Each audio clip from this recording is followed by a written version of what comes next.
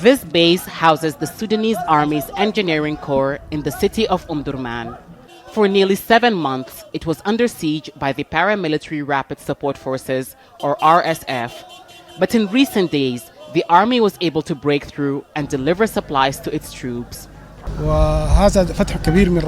This is a gift from God and a defeat of the rebels and criminals who terrorized people and carried out atrocities like never seen before.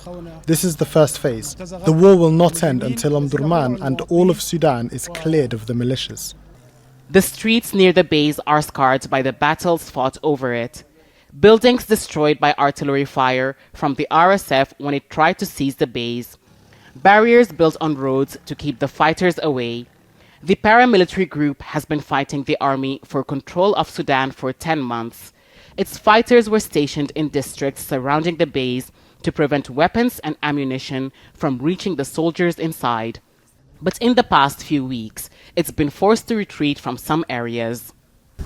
The army has made gains here in Omdurman, but artillery shelling by the paramilitary on the base and the areas around it continue. And while the military was able to bring in reinforcement, it wasn't the only side that was affected by the RSF and its blockade. Fath Rahman Mohammed lives near the base. After days without eating, he collapsed. The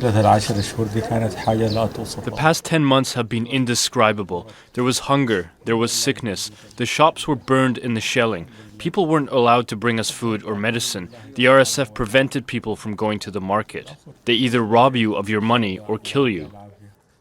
Sarah Al-Rayah has opened her home to those in need.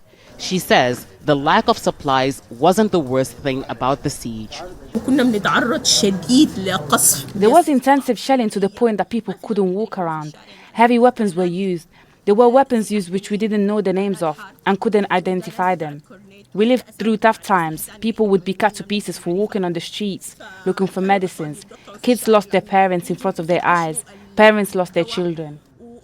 The battles in Omdurman are far from over. But with the army gaining ground, many here hope their lives will return to normal again soon. Hiba Morgan, Al Jazeera, Omdurman, Sudan. Make sure to subscribe to our channel to get the latest news from Al Jazeera.